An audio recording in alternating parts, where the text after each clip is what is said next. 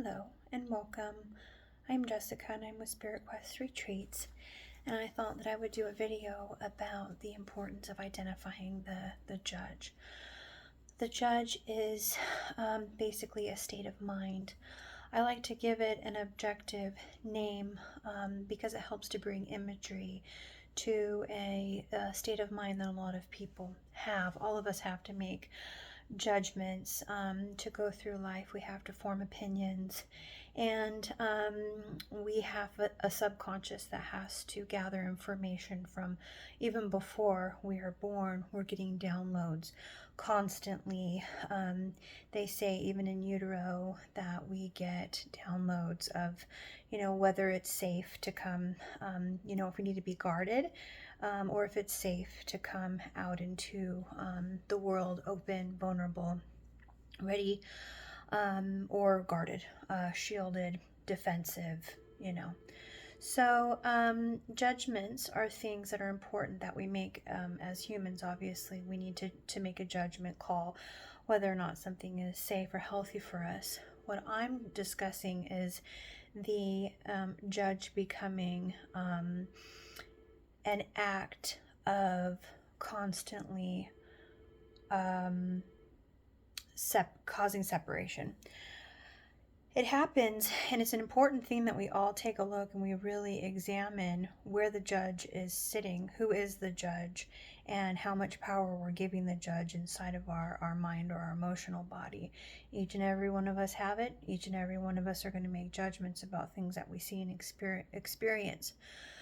Problem is that many of us will make knee-jerk reactions and judgments and critiques about things.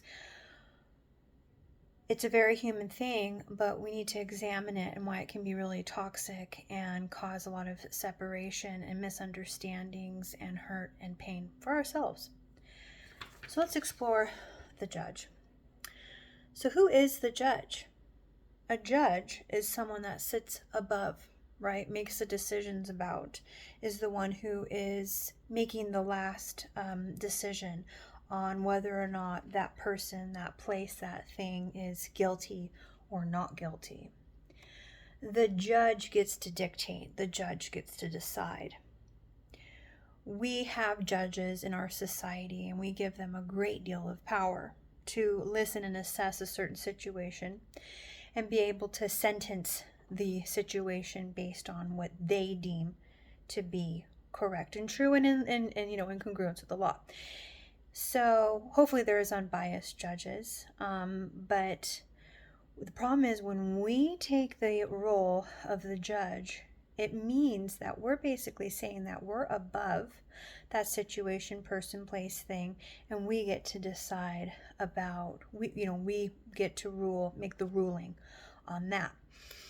So the problem is that this is black and white thinking.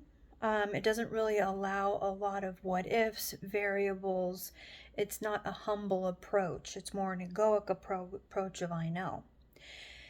Critiquing, judging is an I know, which is all the ego likes to do. The ego likes to have black and white thinking, so it can make, well, that's not good for me, that is good for me, so it's not safe, it is safe, that person's not healthy. Also, our judgments can make us feel comfortable because judgments lots of times are an old paradigm of thinking that sometimes it's not even our thinking that's coming into play when we're making these judgments. Sometimes it's old racism. Sometimes it's old, belief systems, religious belief systems that we in our rational minds know that that's not okay and not healthy, but we still make the judgment about it. And a superiority gives us this like poof of our ego where we feel, I know I get to make this judgment about this thing. Therefore, I must be in the superior place that I am making a decision about that. Oh, I don't like that person. They, they're probably into this or that's just, I don't like that person. I don't know why, but they look weird, and so they're not going to be my friend. And they're probably one of those weird blah blah blahs. So the labeling, the judgments really hurts other people's. It hurts relationships. It causes damage collectively. The problem too with a judge is that the biases are unchecked. So we make these judgments, and they're so fast and knee-jerk. And I'm not talking about running something through a full cycle of really having a discerning thought of making a well-vetted decision about something in your life. This is going through life, making knee-jerk reactions, making knee-jerk judgments, judging people, and making decisions about what you think is going on, even in the face of something like adversity or negativity, or even being judged yourself. It doesn't feel good to be judged because you think, hey, how could you judge me? You don't even know what's going on. I could be going through this, that, or the other. Someone could be judging your appearance. Like me, I'm pretty big and pregnant. And sometimes, it's people just don't know the full story of what's going on. They can make a judgment, oh, they don't look healthy, or,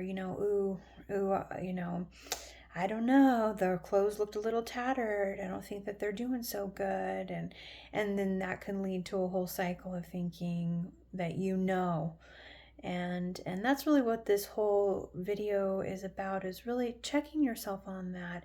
Try to slow those judgments down and do the opposite of what those judgments want you to do. The ego is rooted in familiarity. The ego is rooted in control. How can I control a situation? Is making it similar to what it was before. So if something reminds me of something that happened to me before, well, I'm going to snap judge it and make a critique about something that, frankly, you know absolutely nothing about. Humans are extremely complex. So our little myopic view of what's going on is so linear. It's like this linear little perspective of what's going on. There is a whole plethora of layers and layers and layers, multi-layers of things that are existing in any one given moment. So saying I know, therefore making a judgment about this thing, is very egoic, but very human. Where do our judgments come from? Where do those things come from?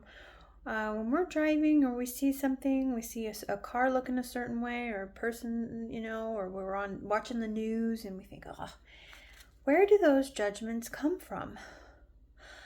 Lots of times they're not even in an evolved or developed state. They're old conditioning, like what I was mentioning. So that could be old imprinting from your childhood. That could even be old ancestral karma of your lineage is passed down, of some toxic hurt, divisiveness, pain, of eras and times that we don't even want to go into, right? But why bring that into the now? Every time that you bring that judgment into the present moment, you're not bringing in the presence and grace of your heart in this moment.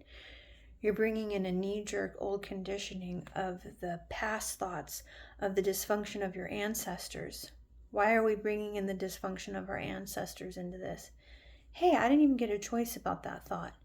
Exactly. You didn't choose it. It's a knee-jerk judgment. So that's where we have to slow it down, and we have to be the observer of our own thoughts in order to make us be able to have more awareness around if the thoughts we are having are supportive of our best and highest good, or their best and highest good. Is that thought supportive, healthy, bright, integral of that person's best and highest good? If the answer is no, then why are we even bringing that into our field, into our consciousness? Some of that has to do with our reality. So what reality are we creating for ourselves? Are we created one of unity, of beauty, where we see, even in the face of what looks dysfunctional, we're choosing beauty, grace, the light? Who are we today? We're not the judge sitting up there with our, the mallet and judging people and sentencing them. That's coming from a place of, like I said, superiority. Every human struggles. I'll tell you, every single human struggles. We all go through a whole myriad, a whole tapestry of pain and trauma and hurts. And everyone's in different levels of either seeing it or not seeing it. But it's not our place to be here and create these levels of being able to be superior enough to judge and dictate what we think is right. It's a whole different thing to be able to be in a place of grace and having discernment. That's a whole different thing. I think we know when we're in that place of judgment, it doesn't feel good in our system, right? And then I wanted to go into how these judgments keep us bound. One aspect about a spiritual practice is really examining our earthly bondage. The more bound we are to the earthly aspects, addictions, sex, hurt, pain, trauma, everything that's opposite of our true, pure God state, which is our higher self state, is bondage. Our emotional turmoil is bondage. Our depression, our anxiety, it keeps us bound, chained, shackled. So the thing about that is that sometimes the shackles feel like we're in control. If our hands are bound, there's some sort of control there. We are able to feel, I'm in control. The light spirit is not in control. There is no control of the light body. The light body goes on and on and on and on and on into all of existence. There's no separation. There's no chain. So when we feel out of control, we'll look for control. And so the bondage feels familiar. The bondage feels comforting because it's what we've always known. But it keeps us bound. It keeps us hooked and chained to the thing that causes the cycles of our pain. These cycles that happen over and over and over. We are bound to them. So the spiritual practice is trying to identify them and then shake them loose, learn and evolve past those. Another reason why we need to work on our judgments is that they smother out our goodness and our gratitude. So we only have so much bandwidth or energy in any one given day. How do we want to invest that? We hear a lot about, making sound investments for our future, sustainability, financially. Great. But it should be more of an emphasis and discussion about the investments of our energy in any one given day. Are we investing that in something that's going to be most supportive for our best and highest good? Or are we investing that in rumination, worry, overthinking, analyzing, stuffing, suppressing, judging, criticizing, sitting in anger, worrying, ruminating? That's not a really good use of our time here. So when we do those things, we make these judgments and we're in that energy of the judgment. That's not for me, or I don't like that person. That has a vibration to it, and you're seeping in it. You're not seeping in joy and gratitude and goodness. What does goodness feel like in your body? What does gratitude feel like in your body? What does giving the person the benefit of the doubt and seeing something, that's okay. I'm sending out love anyways. It's okay. Nothing can take me off my center, right? I don't give my power away like that. So someone cuts you off in traffic. Okay, cool. Well, I'm just ebbing and flowing through this world and nothing's going to take my power away. So I'm sorry that's it. Maybe this person's having a different experience. Maybe they're on their way to the hospital. We don't know, so that's why we can't judge. Like I mentioned before, our judgments cause separation. We are constantly seeking connection as humans. We want to be connected. We want to feel a part of. We want to feel included in. So why are we going to create separation? Another aspect is criticizing feels toxic in the system. In the nervous system, it just is a state of visceral response to whatever it is. Lots of times, like I was mentioning, it's based on an old paradigm of thought. It also can be because of your old trauma, you get triggered. So triggers are visceral surges of a chemical that can come in, and man, do they ever feel like they're real. But we can't be tricked into thinking that that is, and projecting that onto the other person. I know that's hard. Maybe I'll do another discussion about how to really identify those and get those out of the body. But it's definitely not going to dissipate if you feed into it. So if you get triggered, you get surged, you get charged, you get full of that heat, and it's, whoa, I'm triggered. That triggered me. Well, remember that as the observer, watching yourself. Okay, she got triggered over that. Why sit in that? Let's dissipate that energy. Let's get up, get moving. The visceral surge is like a smoke. You want to contain that smoke inside the vessel? No, you want to give it an outlet. Go get it out. Breathe, move, scream, cry, go hug a tree, go get outside and move that energy. Don't project it further onto others, because that energy, if you project it on and you shout out that anger, you shoot those arrows of anger, of judgment, of criticism, of pain, of hurt, that has a vibration, and that other person can feel that. And let's say they pick that up and, oh, you know what? Society is mean. That person cut me off. I flipped them off. They cut me off. And now, you know what? Now I'm pissed. Now I'm going to go to the grocery store. You know what? And this sweet little girl smiled at me and I didn't even notice it. I was so mad I stomped out every little flower I saw out there and just smushed it. I didn't even notice this cute little puppy that was for sale out front. And if I could have just slowed down and pet the puppy, saw the flower, saw the beautiful girl little smiling at me, I could have dissipated that surge, that charge. And remember, hey, I'm right here in the present moment. I am not controlled by my old triggers. Why am I staying in that state and letting them control me? See? They're not as good as you. The judgments aren't as good as you. We are good. You have goodness and integrity and beauty. You wouldn't be listening to this video if you didn't have that. So don't let your judgments take away from your character.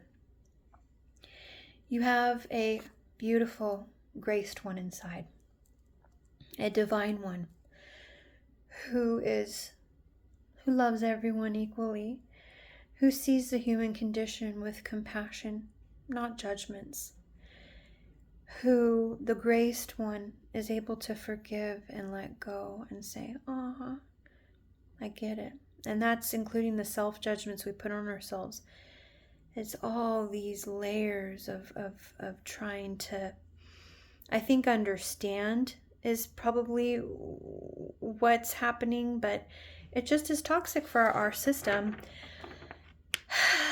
And when you're in the judge state, you're not in your heart state. And that is the bottom line of all of it. I'll go into that at the end, though.